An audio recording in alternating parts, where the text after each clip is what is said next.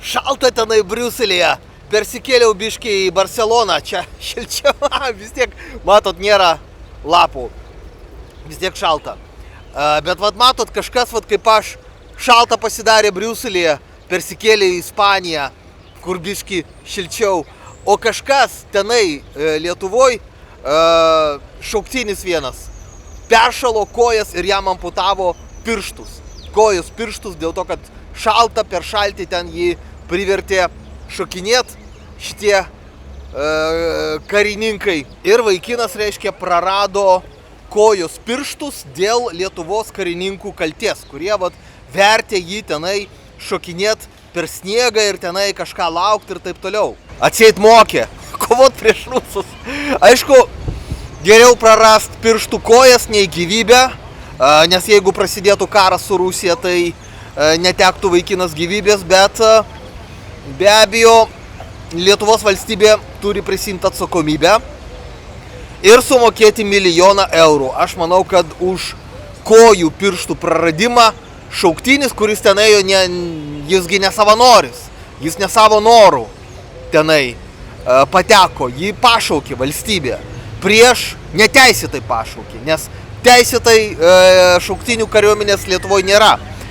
Jungtinės tautos uždraudė šauktinių kariuomenę. Tai visi šauktiniai, kurie yra šiuo metu kariuomenėje, jie yra ten neteisėtai. Tai valstybė neteisėtai pagrobė žmogų ir, reiškia, kankino jį tenai lauke, taip kad peršalo kojos ir, reiškia, jis prarado pirštus. Blogai, blogai. Tai be abejo, jam reikia reikalauti 1 milijono eurų kompensacijos iš Lietuvos valstybės, nesutikt priimti 20 litų 30 centų už vieną pirštą, kaip siūlys Krašto apsaugos ministerija, eiti į teismus ir po to į tarptautinius teismus. Tarptautiniuose teismuose reikalauti tos kompensacijos. Ten bus geresnė, bet vėlgi mažos tos kompensacijos iš tikrųjų. Vat žiūrėkit, Strasbūro teismas priteisė 60 000 eurų už nužudymą. Tai matot, už invalidumą bus mažiau. Bet vis dėlto daugiau nei paprastai sutiktų mokėti Lietuvos kariuomenė. Apskritai nereikia eiti į kariuomenę. Visi šauktiniai turi žinot, kad yra galimybė per 24 valandas sustabdyti sprendimą pašaukti šauktinį.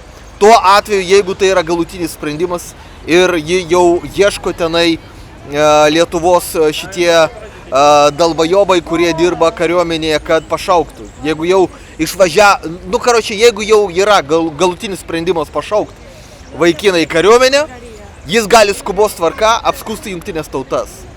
Ir bus sprendimas jį palikti ramybėje. Jeigu, aišku, negali pabėgti. Aš tai galvoju, kad tokiem dalykam galima ruoštis ir iš anksto išvažiuoti užsienį. Barcelonos katedra šventosios šeimos. Katedra statoma jau 144 metus. Labai įdomu, kas bus greičiau, Lietuva taps Rusijos dalimi, ar jie galutinai pastatys savo katedrą. Šiuo metu planuojama, kad katedra bus užbaigta 2034 metais. Įdomu, ar Lietuva dar bus? O čia yra Rambla, centrinė Barcelonos gatvė, 2017 metų rugpjūčio 26 dieną aš norėjau čia eiti. Šitoj vat centriniai gatviai, bet prieš einant pamačiau, kad vat supermarkete buvo butelis vyno už 67 centus. Ir aš nupirkau tą butelį vyno ir išgėriau. Ir norėjau po to eiti, jau išgėręs. Bet pajutau, kad vynas per stipriai trenkė man į galvą. Ir supratau, kad nepraeisiu šito atstumą. Nepraeisiu. Ir nuėjau į metro. Ir vat sėdžiu metro ir matau, kad vat šalia yra moteris su telefonu ir ji žiūri video. Ir tame video yra balos kraujo. Balos kraujo. Va ten, visur balos kraujo. Ir pasirodo, tuo momentu įvyko teroro aktas.